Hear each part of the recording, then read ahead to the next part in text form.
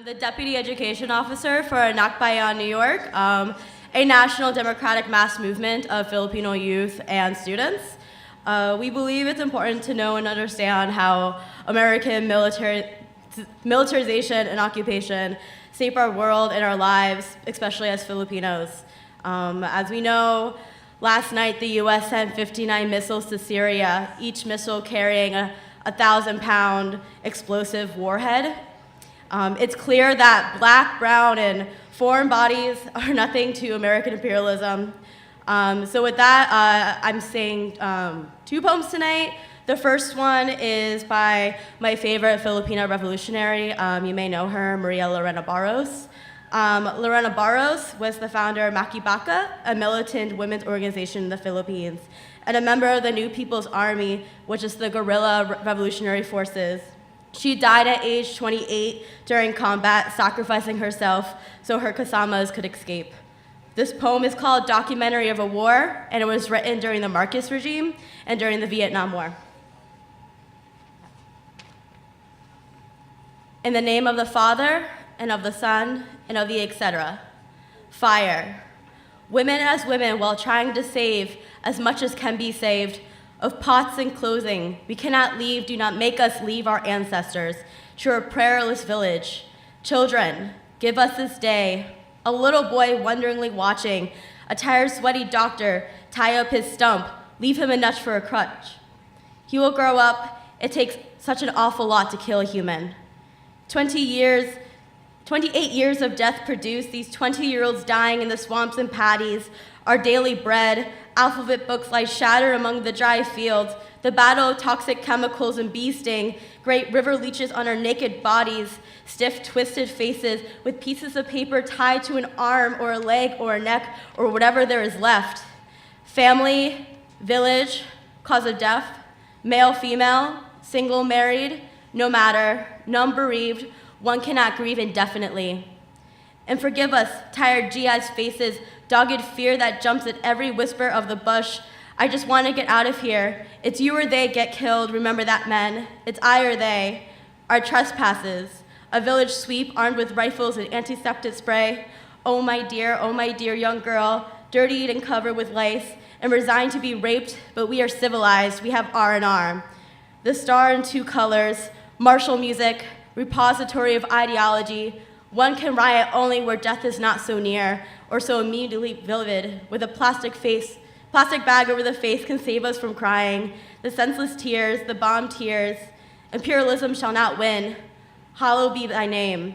Johnson, American restraint, napalm acids, anti-personnel bombs, B-52, and the medieval rock. That kingdom come. Imperialist evil shall not prevail. Here, maga papet ng America. I only want to be understand, but thy will be done. Why are dirty, bloody bodies being tossed into these shallow graves, beerless faces uncomprehendingly in pain, or burning draft cards, or themselves, or turning to flowers and LSD, or running the rat race of the cities? On earth, but why is cynicism idealism realized? As it is in heaven, I do not remember the exotic names of the great encounters. Flash, Allies suffer reverse. Headline, 470 Viet Cong killed. In Sicily, an earthquake left Montevideo mourning, 400 dead. After a while, the eternal gunshots become monotonous. Lord, I just want to get out of here. It's I or they. We must evolve some more.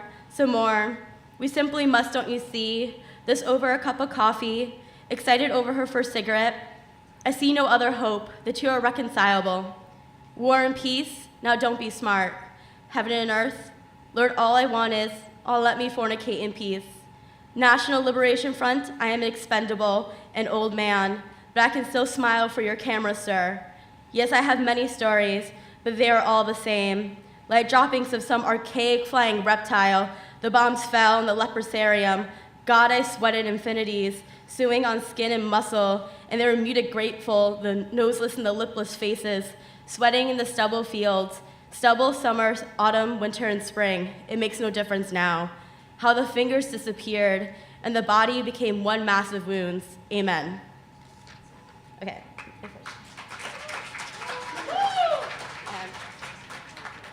And my second one is, I don't know if you guys remember last year at Salida, I was selling my book. Yes. It's called Always. I'm technically still selling it. So this is a poem that I wrote that's featured in the book. It's called Atonement. I come from a long line of undervalued women, underappreciated women. Their pain runs in my blood. It's stuck in my throat. Their abuse exists as a legacy. It lives in my hands. It looks like lightened skin. It smells like a home-cooked meal, and sometimes it even sounds like music. You also descend from women who have been taken for granted. For them, it hangs on their necks like a cross. It can smell as sweet as a rose. Instead of a shout, it may be a hush, a silent disapproval, a quiet submission. You carry their pain in your mouth, only to spit it on me as you leave. Our families merge and transcend past, present, and future. You become my father, my grandfathers, and my great-grandfathers. And I become your mother, your grandmothers, and your great-grandmothers. We were each other's first loves, but we were not the first. And while certainly I won't be your last, you will be mine.